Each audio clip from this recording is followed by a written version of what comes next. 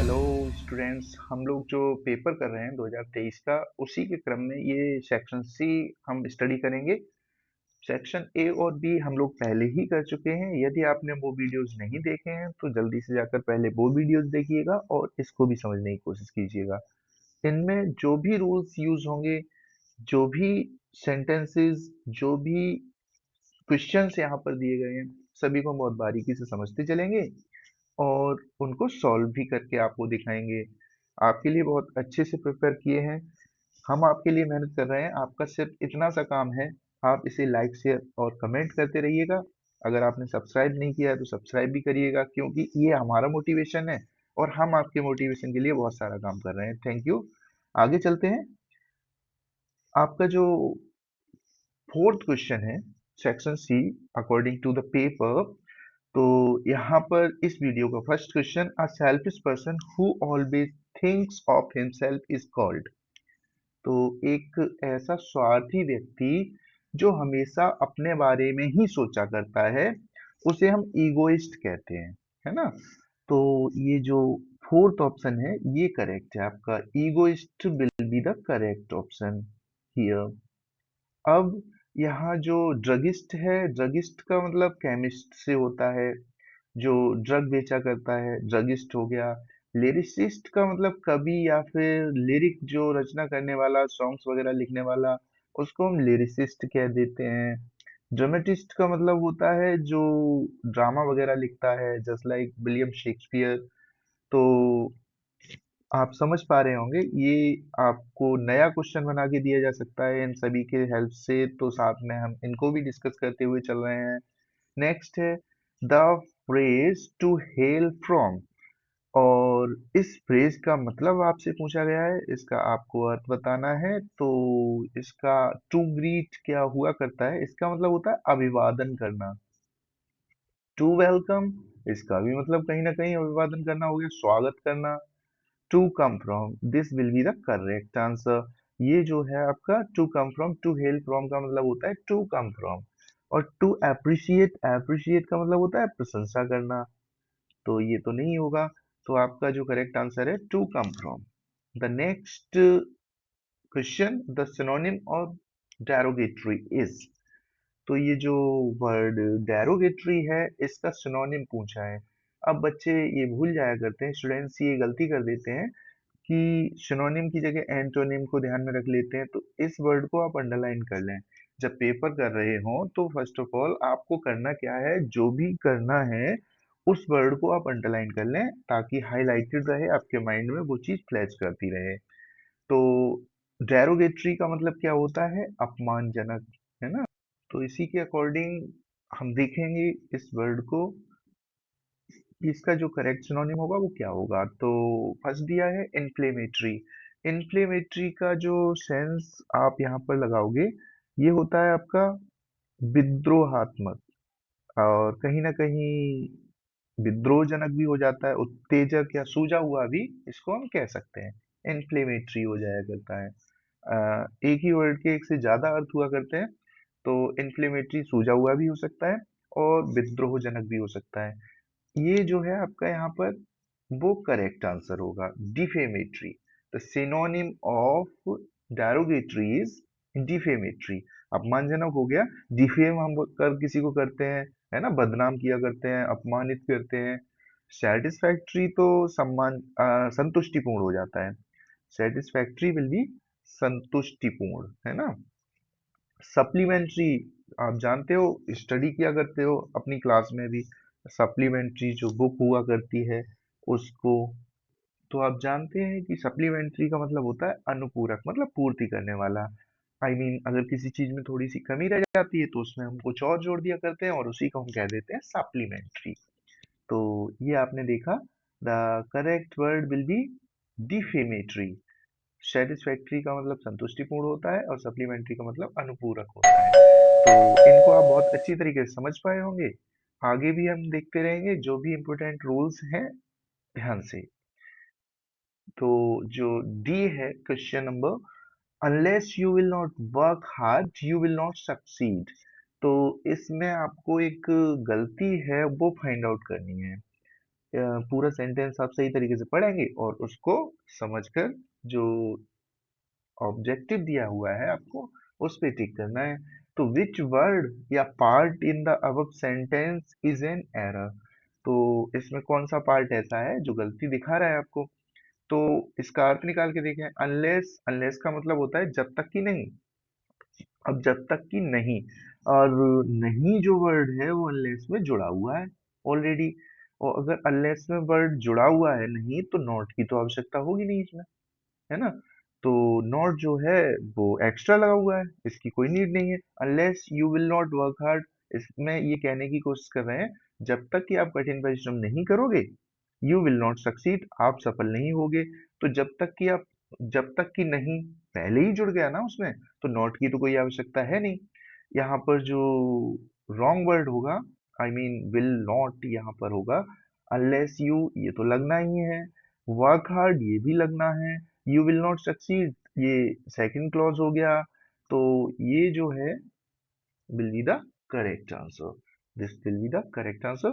तो अगला देखते हैं, the antonym of savage. Savage का मतलब होता है जंगली, है ना। अब जो इंसान था, मानव था, वो पहले जंगली हुआ करता था, जंगलों में रहता था, कंदराओं गुफाओं में रहा करता था। और धीरे धीरे उसने सभ्यता सीखी और सिविलाइज्ड बना। तो आप जो करेक्ट वर्ड लगाएंगे वो कैसा हो गया, सभ्य। जंगली का अपोजिट जो हुआ करता है, एंटोनिम पूछा है यहाँ पर, इसको ध्यान में रखेंगे।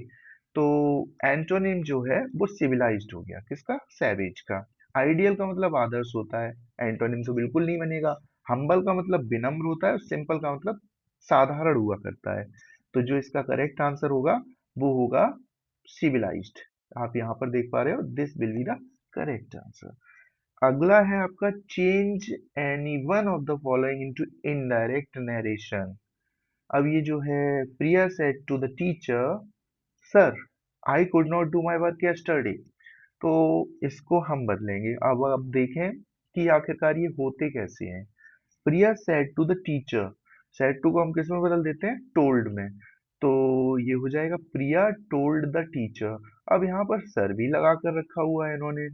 तो अगर हम इसकी जगह पर कोई वर्ड यूज करेंगे तो वो वर्ड कौन सा होना चाहिए, रिस्पेक्टफुली। तो प्रिया टोल्ड द टीचर रिस्पेक्टफुली। अब ये जो है आपका आ गया फर्स्ट पर्सन।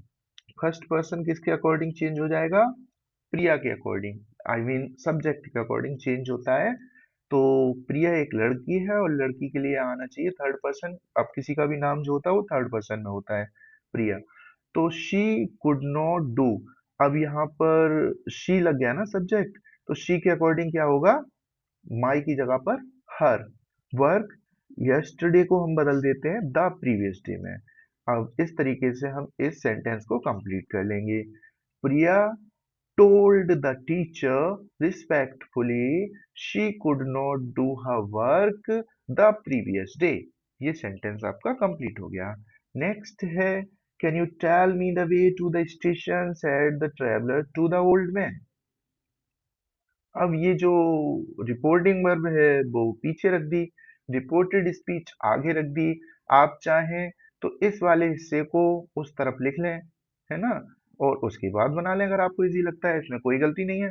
आपको करना यही होगा, shared the traveller to the old man, तो इसका मतलब ये है ट्रेवलर ने ओल्ड मैन से कहा, है ना। तो इस चीज को आप अपनी सुविधा अनुसार भी लगा सकते हैं। तो the traveller asked the old man है। अब ये थोड़ा सा कंफ्यूज करने के लिए दिया है कि आप सेड टू ऐसा कुछ समझ के टोल्ड में बदल दें, बट ये क्वेश्चन मार्क आपको बता रहा है कि, या फिर ये जो वर्ड है ये भी आपको बता रहा है कि ये जो सेंटेंस है वो इंटरोगेटिव सेंटेंस है, और इंटरोगेटिव को according to the interrogative rules बदला जाएगा। आप अगर नॉर्मल वाले रूल्स अप्लाई करते हो, आई मीन जो असर्टिव सेंटेंसेस में लगने वाले रूल्स होते हैं उनको अप्लाई करोगे तो ये सेंटेंस गलत हो जाएगा। आपको इंटरोगेटिव के अकॉर्डिंग बनाना है। तो the traveller asked the old man if you जो दिया है वो ओल्ड मैन के अकॉर्डिंग ऑब्जेक्ट, यहाँ पर ओल्ड मैन जो है वो ऑब्जेक्ट है, उसी के अकॉर्डिंग यू जो है वो बदल जाएगा, और यू की जगह पर क्या आ जाएगा, ही, है ना, क्योंकि ओल्ड मैन जो है वो क्या है, थर्ड पर्सन है, और थर्ड पर्सन यहाँ पर भी लाना पड़ेगा। तो the traveller asked the old man if he could, है ना, कैन का कुड हो जाता है, he could tell him the way to the station. इस तरीके से हम इसको करेंगे। इसे और अच्छी तरीके से समझने के लिए हम देख लेते हैं। ये आपके सामने हमने सॉल्व्ड रखे हुए हैं। फर्स्ट जो था, अगर आप वहां नहीं समझ पाए तो यहाँ समझ लीजिएगा। Priya told the teacher respectfully that she could not do her work the previous day. Next, the traveler asked the old man if he could, can का could कर दिया, tell him, है ना, यहाँ पर भी हमने बदलाव कर दिया, the way to the station। इस तरीके से ये जो सॉल्यूशंस हैं आप अच्छी तरीके से देख रहे हैं और समझ। नेक्स्ट देखते हैं, इसी के साथ हम, ये आपका कंप्लीट हो गया। कैसे हुआ, आपने बहुत अच्छी तरीके से समझ लिया। Change any one of the following as directed. तो I will finish the work in time, I am sure. तो ये हो जाएगा I am sure to finish the work in time. यहाँ आप इंफिनिटिव का यूज कर ले रहे हैं, I am sure to finish the work in time. Simple sentence में बदल पाया है। सिंपल सेंटेंस की कंडीशन ये हुआ करती है कि इसमें केवल एक फाइनाइट वर्ब होनी चाहिए। अब I am sure to finish, ये जो फिनिश वर्ब है इसको हमने इन्फिनिटिव में बदल दिया और ये नॉन फाइनाइट बन गई। I am sure to finish the work in time, तो यहाँ पर एक जो चेंज होने वाली वर्ब है वो एक ही रह गई, और दूसरी जो वर्ब है वो चेंज हो गई आपकी इन्फिनिटिव में। तो इस तरीके से हम इसको कर पा रहे हैं। सिंपल सेंटेंस में हमने इसको चेंज कर लिया। नेक्स्ट है, इसको करना है हमें कॉम्प्लेक्स सेंटेंस में। Some people die for a noble cause, they are honoured by everyone. तो इसको हम सॉल्यूशन में बहुत अच्छी तरीके, ये देखिए आप इसका answer, some people who die for a noble cause are honoured by everyone. इसको सही तरीके से समझ लीजिएगा। तो आपने देखा सम पीपल, उसके तुरंत बाद हमने क्या लगा लिया, who die for a noble cause are honoured by everyone, है ना। इस तरीके से सेंटेंस को भी हमने कर लिया। एक बार फिर से देख लीजिए, आप बहुत अच्छी तरीके से समझ जाओगे। नेक्स्ट है, transform any one of the following as directed. अब ये जो आपको कंपैरेटिव डिग्री दी गई है इसमें बदलना है इसको। Kolkata is the biggest city in India. तो Kolkata is bigger than any other city in India. Kolkata, अब ये जो बिगेस्ट है ये सुपरलेटिव डिग्री दे रखी है यहाँ पर, और हमें बदलना है कंपैरेटिव में। सुपरलेटिव को कंपैरेटिव में बदलना है। Kolkata is the biggest city in India, ये कहा जा रहा है कोलकाता जो है वो भारत का सबसे बड़ा शहर है। अब अगर हम ये कहेंगे कि भारत का कोई और शहर कोलकाता से बड़ा नहीं है, है ना, तो वो जो है कंपैरेटिव डिग्री हो जाएगी। जब भी हमें इस तरीके से सेंटेंसेस को चेंज करना होता है तो एक ध्यान विशेष रखते हैं, ये फोकस्ड रहते हैं कि सेंटेंस का जो सेंस है कहीं वो ना बदल जाए, अर्थ नहीं बदलना चाहिए। सेंटेंस तो बदल जाए, डिग्रीज बदल जाए, बट अर्थ वही रहना चाहिए जो इसमें लिख के दिया है। Kolkata is the biggest city in India, तो Kolkata is bigger than any other city in India, ये हो जाएगा आपका। No sooner did the train stop than I got down, ये भी सेंटेंस, इसका आंसर आपके सामने है। As soon as the train stopped I got down. No sooner के बाद देन आता है, देन हमने यहाँ से हटा लिया, और यहाँ नो सूनर की जगह पे हमने किसका यूज कर लिया, एज सुन एज का। As soon as the train stopped I got down. और ये इधर भी आप देखेंगे, इससे पहले वाला sentence, Kolkata is bigger than any other city in India, है ना। कोलकाता भारत के किसी अन्य शहर से बड़ा है। और यहाँ as soon as the train stopped I got down. तो बहुत अच्छी तरीके से शायद आप समझ पा रहे हैं। अगर आप समझ पा रहे हैं तो this is your duty to like share and subscribe. अब तो कमेंट करना भी बड़ा आसान है, आप अगर टाइप नहीं करना चाहते हो तो जो साइड में माइक आता है उससे बोलकर भी आप कुछ अच्छा लिख सकते हैं हमारे बारे में। Thank you. तो आगे देखते हैं हम। डी जो है question number, correct any one of the following sentences. तो ये करेक्ट करना है हमें। इसका मतलब ये है कि इसमें कोई ना कोई मिस्टेक है और कोई वर्ड जो जिस जगह पर आना चाहिए वो यहाँ पर नहीं लगाया गया है, उसकी जगह पे कुछ गलत लगा दिया गया है। तो इसको अच्छी तरीके से समझेंगे और सॉल्व करेंगे। तो पढ़ते हैं। His request of leave was not granted. तो ये जो वर्ड रिक्वेस्ट है ये अपने साथ कैरी करता है फॉर, ना कि ऑफ। तो ये वाला जो वर्ड है वो गलत है और इसकी जगह पर हमें फॉर का यूज करना है। His request for leave was not granted. अगला है, these news have disturb the peace of my mind. अब ये जो वर्ड न्यूज आप यहाँ पर देख पा रहे हैं, ये जो न्यूज वर्ड है ये आपका होता है अनकाउंटेबल। और अनकाउंटेबल जो होता है उसको ऑलवेज आप सिंगुलर माना करते हैं। और सिंगुलर अगर होगा तो सिंगुलर के साथ तो सिंगुलर वर्ब ही आएगी ना। हैव कैसे आ जाएगा, ये तो प्लूरल है। सिंगुलर के साथ सिंगुलर वर्ब का यूज हुआ करता है। तो अगर आप इस वर्ड को भी देखो, ये भी दीज जो है एक से अधिक चीजों के लिए प्रयोग होता है। सिंगुलर एक के लिए तो दिस का यूज हुआ करता है। तो this news has disturb the peace of my mind होना चाहिए, ना कि दीज न्यूज, है ना। तो ये जो टू वर्ड्स हैं इनको आप हटा देंगे, इनकी जगह पे चेंज करके रखेंगे, है ना। दिस न्यूज आप भी और अच्छी तरीके से समझ लीजिएगा इसको देखकर। His request for leave was not granted, ये तो आपका फॉर ऑफ की जगह पे हमने चेंज कर लिया ना। और दिस न्यूज, ये जो दीज की जगह पे दिस कर दिया और हैव की जगह पे हैज कर दिया और पूरा का पूरा सेंटेंस वैसे ही लिख दिया। और आपका सही सेंटेंस होगा, this news has disturb the peace of my mind. Next, ये तो वर्ड्स आपको करने ही हैं, इनका आपको अर्थ पता हो। स्टेयर, स्टेयर का मतलब होता है सीढ़ी। I have grand stair in my house. मेरे घर में बहुत शानदार सीढ़ी है। स्टेयर्स यहाँ पर अगर आप कर देंगे तो सीढ़ियाँ, सेट ऑफ जो स्टेयर है, तो स्टेयर्स है आपके यहाँ पर बहुत शानदार सीढ़ियाँ हैं, है ना। या फिर स्टेयर केस है पूरा का पूरा। तो I have grand stair in my house.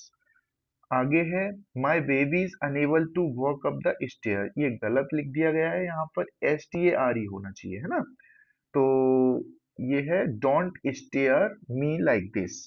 अगर आप इसे करना चाहें तो आप कर सकते हैं, don't stare me like this. मेरी तरफ इस तरीके से मत देखो। You should not stare the celebrities.